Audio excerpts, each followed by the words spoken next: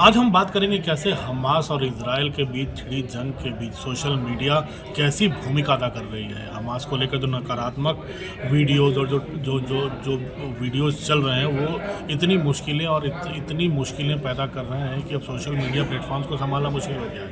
अब पश्चिमी देश को भी ये समझ में आने लगा है कि इन सोशल मीडिया प्लेटफॉर्म्स के लिए भी निर्देश जारी किए जाने चाहिए। हम बताते हैं ऐसा क्यों हो रहा है। टिकटॉक पे एक वीडियो बड़ा वायरल हो रहा है। उस वीडियो में दिखाया गया है, गाज़ा पट्टी के बारे में नहीं बताया गया, उसमें जो भी उसके ऊपर जो सूचना लगी हुई है उसमें गाज़ा पट्टी का जिक्र नहीं है, लेकिन ऐसा नज़र आ रहा है मानो पूरे शहर को बम के ऊपर बमबारी हुई है। सारी बिल्डिंगें आग की लपटों में झुलसी हुई हैं और आसमान पूरा जो रात के अंधियारे में भी आसमान लाल पड़ा हुआ है।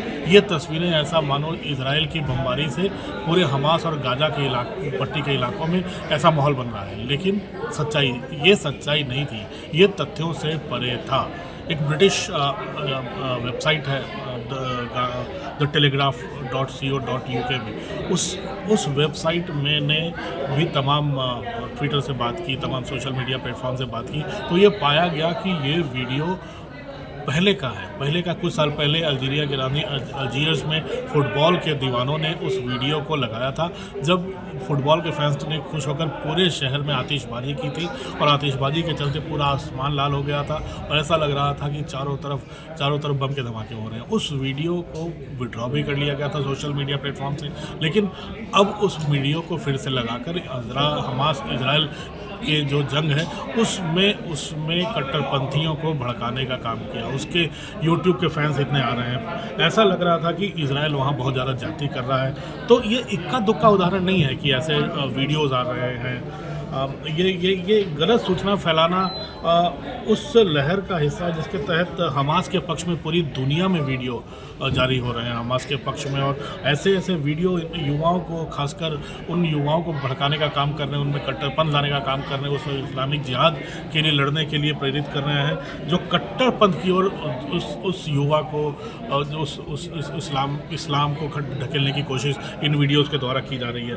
ब्रिटिश वेबसाइट के मुताबिक अब एक्सपर्ट्स को भी ये लगने लगा है कि दुनिया के उन देशों को अब लगने लगा है कि ऐसे जो टिकटॉक जैसे ऐप्स हैं, सोशल मीडिया प्लेटफॉर्म्स हैं, इनको पहले उन्होंने बैन क्यों नहीं किया, क्यों अभी तक निर्देश उन्होंने इसको लेकर जारी नहीं किया है। भारत इसके बारे में एक अपवाद है। प्रधानमंत्री मोदी ने सबसे पहले भारत को सोशल मीडिया प्लेटफॉर्म के बारे में समझाया, बताया, फ्रंट से लीड किया। आज पूरा भारत सोशल मीडिया प्लेटफॉर्म से, सोशल मीडिया से जुड़ा हुआ है, सांसद जुड़े हुए हैं अपने लोगों से।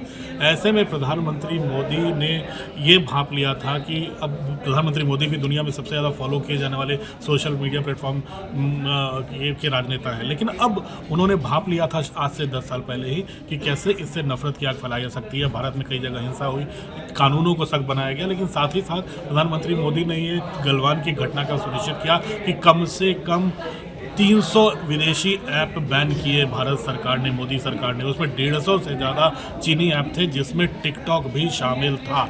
ये बहुत बड़ी उपलब्धि थी भारत सरकार की, तो क्योंकि उसके बाद भारत सरकार पूरे ट्विटर को भारत ने काबू में किया, भारत ने फेसबुक को काबू में किया, भारत ने तमाम ऐसे प्लेटफॉर्म्स को काबू में किया जिसके ऊपर गलत कंटेंट डालकर कट्टरपंथ फैलाने की कोशिश की जा रही थी।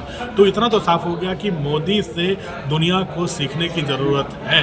अब यूरोपियन यूनियन ने भी मेटा को उन्होंने नोटिस दिया है। अब यूरोपियन यूनियन ने जो इंस्टाग्राम और फेसबुक चलाते हैं उन्होंने ट्विटर को भी नोटिस दिया और पूछा है उनसे कि आप लोग गलत कंटेंट को रोकने के लिए क्या कर रहे हो। यानी अब दुनिया में इस चीज़ को लेकर पहल मची है और लोगों को कम से कम प्रधानमंत्री मोदी से एक सबक मिल रहा है कि कम से कम सोशल मीडिया पर ये नकारात्मक चीज़ें न जाएं, और इस आंधी को, जो नकारात्मक चीज़ों को जो बढ़ाने की आंधी है, उसको कम करने के लिए सोशल मीडिया का, जैसे इसको आप देख सकते हैं, हमास प्रोपोगंडा कैसे यहाँ पर ये द टेलीग्राफ का ये है कि लोगों को, एक्सपर्ट्स को लग रहा है कि हमने अब तक टिकटॉक को बैन क्यों नहीं किया। अब दूसरी चीज़ मैं आपको दिखाता हूँ। इससे ये साफ आपको पता चल जाएगा कि जिस वीडियो का मैंने जिक्र किया है, जो अल्जीयर्स का वीडियो है, उसे गाजा पट्टी की तरफ बता के चलाया जा रहा है, जैसे पूरे इलाके में इजराइल की जाति चल रही है। एक टिकटॉक का वीडियो प्लेटफॉर्म दुनिया भर में बहुत ज़्यादा लोकप्रिय है युवाओं में। इसका हैशटैग पैलेस्टाइन जो है, उसके 43 बिलियन से ज़्यादा व्यूज़ है, जबकि हैशटैग इजराइल को 37 बिलियन व्यूज़ मिला है। तो टिकटॉक अपने अपने यूज़र्स को ऐसा प्लेटफॉर्म देता है जिसमें वो नॉर्मल जो न्यूज़ होता है, जो जो जो मुख्य धारा में काम करने वाली न्यूज़ एजेंसियां हैं, उनसे अलग हटके जो ज़मीनी हकीकत है उसको बताने का काम करते हैं। लेकिन इसी ज़मीनी हकीकत को बताने के लिए टिकटॉक जैसे सोशल मीडिया प्लेटफॉर्म किस तरह से इसका फ़ायदा उठा रहे हैं, ये बहुत सोचने वाली बात है। और मुझे लगता है कि अब भारत से सबक लेकर जो पहल शुरू हुई है पूरे दुनिया में, उसका अब धीरे धीरे असर नजर आने लगेगा जब ऐसे प्लेटफॉर्म पर शिकंजा टाइट होता जाएगा।